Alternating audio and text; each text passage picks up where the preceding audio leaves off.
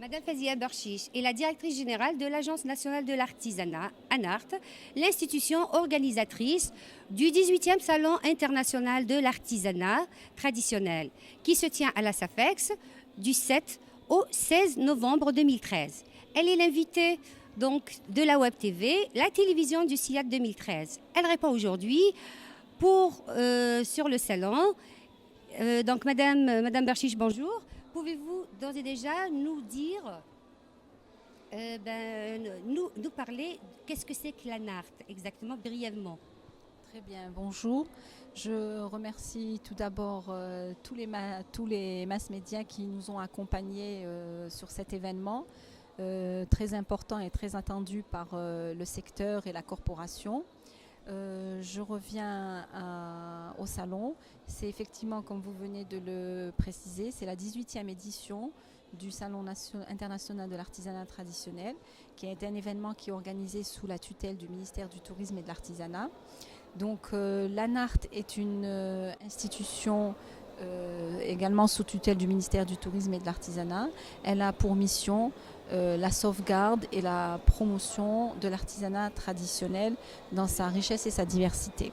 Alors les autres missions sont également d'initier des opérations comme celle-ci, de promotion, de commercialisation et de vulgarisation de tout ce qui est autour du secteur de l'artisanat, ainsi que de mener des études et des recherches sur le développement socio-professionnel de la corporation artisanale. Très bien. Donc, si vous deviez faire maintenant, par exemple, le bilan du salon, quels seraient pour vous donc les points forts et les points négatifs à éviter pour l'avenir? Alors, c'est difficile à 4 jours de la clôture de faire le bilan, mais sachez que déjà il y a le bilan moral qui est aussi important. Il y a une satisfaction de la part des participants, de la part des artisans étrangers. Ils l'ont signifié lors de la présence de Monsieur le ministre, qui a été quand même assez importante, puisqu'il est venu sur le salon 3 fois. Il voulait lui-même s'enquérir de ce salon et de l'intérêt et de la préoccupation des artisans nationaux et étrangers. Donc en général, l'impression était bonne. C'est tout à fait normal qu'il y ait des personnes qui ne sont pas satisfaites, mais justement ce sont ces points-là que nous allons retenir. Les leçons sont faites pour être apprises et nous allons les apprendre et pour les développer lors de la session prochaine. Donc, est-ce qu'on peut dire que le Salon international de l'artisanat va-t-il évoluer vers une autre forme pour être plus professionnel encore à l'avenir? Tout à fait, c'est une excellente question. Déjà, il a évolué. Bon, ce n'est pas les résultats escomptés. Personnellement, je ne suis pas très satisfaite, mais car il y a une sélection qui doit être faite au niveau régional. Mais malheureusement, cette sélection n'est pas toujours très bien faite, parce que de toute façon, en développant le salon, au fur et à mesure, la sélection se fera d'elle-même. Donc les gens qui n'auront plus leur place ici, ils ne viendront pas, ils ne participeront pas à cet événement. Il faut savoir que c'est quand même un événement économique, un événement d'échange, un événement de rencontre entre professionnels, institutions d'appui, associations, universitaires, parce que nous venons de créer quand même un réseau université artisanat, donc justement pour parler et développer toutes les actions d'innovation, de marketing, de management, pour vraiment hisser le produit de l'artisanat vraiment à l'excellence. Et ça, bien sûr, c'est dans le but aussi bien de développer notre produit sur le plan de la demande déjà nationale. Il faut dire que le client d'aujourd'hui n'est pas le client d'hier. Il y a un client qui tient quand même à la tradition, mais aussi un client qui tient aux produits contemporains, aux produits innovés. Donc déjà, ça c'est le client national.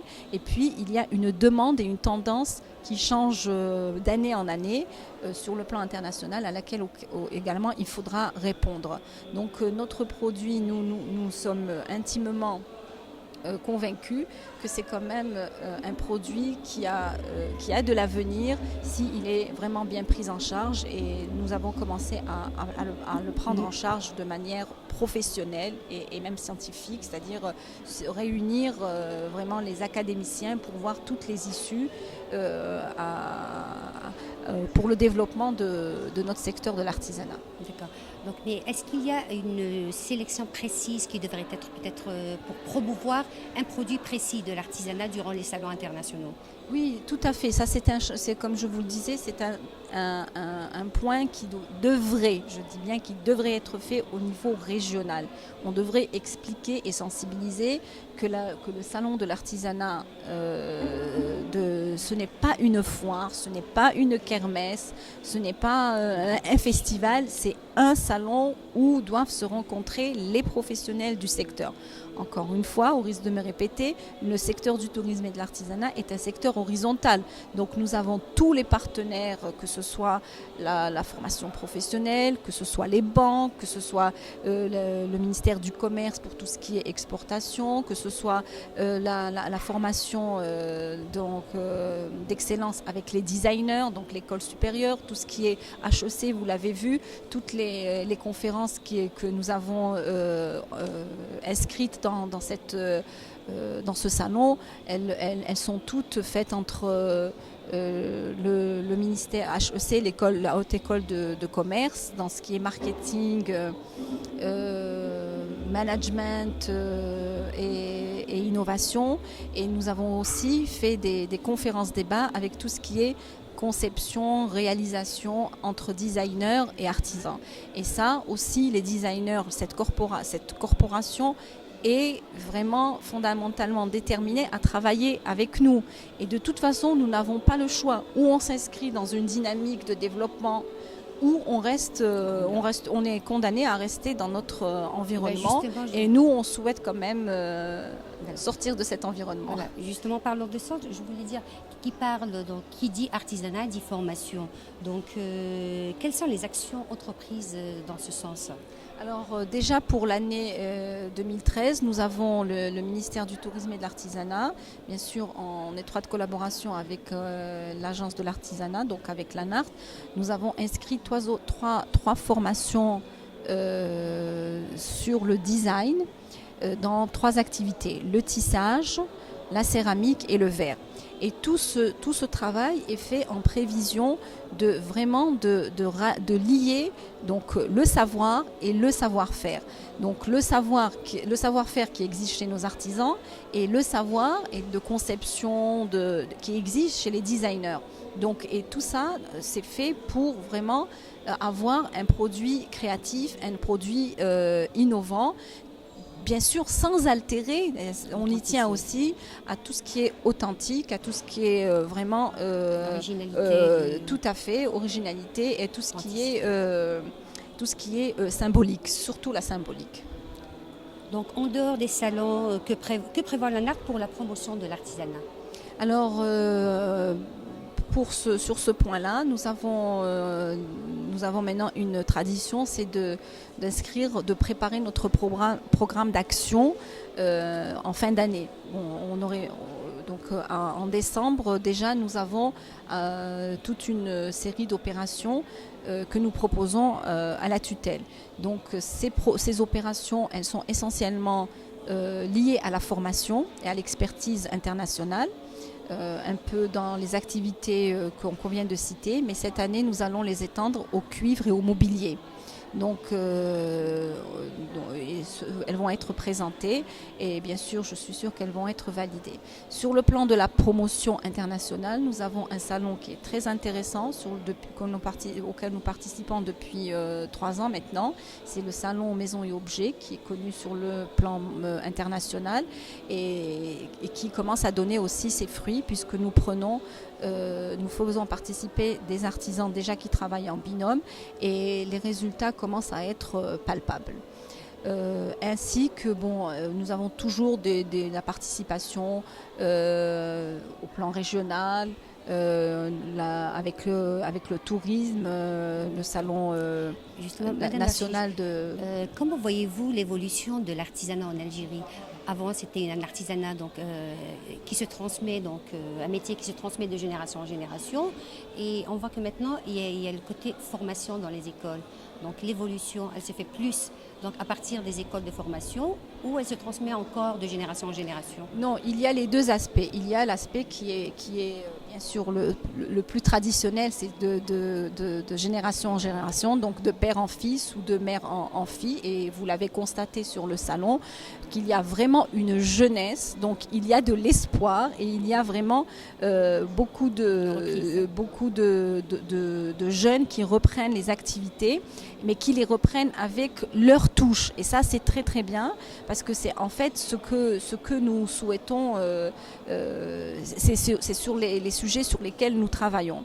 En plus de la formation professionnelle, donc il faudrait qu'on ait aussi un travail à faire ensemble sur le perfectionnement et arriver à l'excellence. Ainsi que s'ajoute à cela toutes les institutions qui sont sous tutelle, un peu comme le projet de l'école de céramique, le centre d'excellence de céramique qui va avoir le jour à Tipaza, un peu aussi avec toutes les formations qui sont faites avec l'expertise internationale et un peu aussi avec tout ce que peut initier l'ANART comme projet. Donc tout cela, bien sûr, ne va faire que développer le produit et l'artisan. Donc en fait, l'artisan, il a besoin d'être encadré, d'être sensibilisé, c'est quand même une corporation qui a fait beaucoup et qui continue à faire beaucoup. Et nous sommes vraiment là pour les soutenir, pas les assister, mais les soutenir, je précise bien, les soutenir dans toutes leurs actions et toutes leurs propositions sont les bienvenues. Il y a une nouvelle école qui se crée, je crois, à Tamanrasset. Pouvez-vous nous parler de cette école? Parfaitement, justement, on se déplace demain. C'est un projet qui va voir le jour donc, dans 2 jours. C'est un cycle de formation de formateurs en taille de pierre.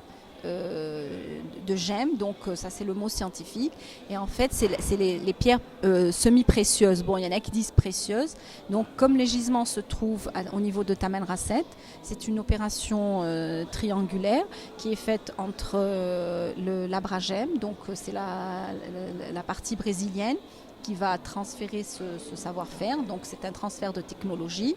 L'ORGM qui est sous tutelle du ministère de l'Énergie et des Mines, donc qui abritera pendant 18 mois cette formation de formateurs. Et le gestionnaire de cette opération, et le suivi, c'est l'ANART, c'est l'Agence nationale de l'artisanat traditionnel. Donc c'est un cycle de formation qui sera fait en plusieurs modules. Donc vous avez le module de l'orfèvrerie, vous avez d'abord le module de l'étude carrément d'abord de la géomologie, donc des pierres qui se trouvent au niveau de Tamanrasset. Donc les gisements et la matière première est extraite justement par l'ORGM et le travail va être fait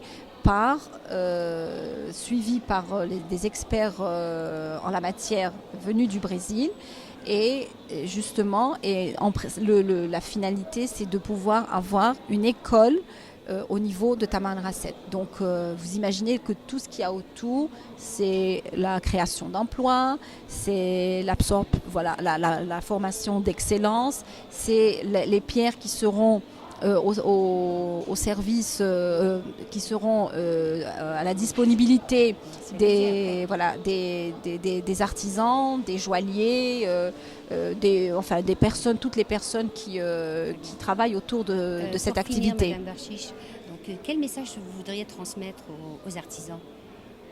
Alors le message que je souhaiterais transmettre aux artisans, il est tout simple, c'est de continuer à préserver, à sauvegarder nos trésors. Parce que quand la culture va, donc tout va, et puis nous sommes là pour les soutenir, les suivre et franchement, sincèrement, je suis très fière de cette corporation. Merci, et de ce que je fais. Merci. Merci beaucoup.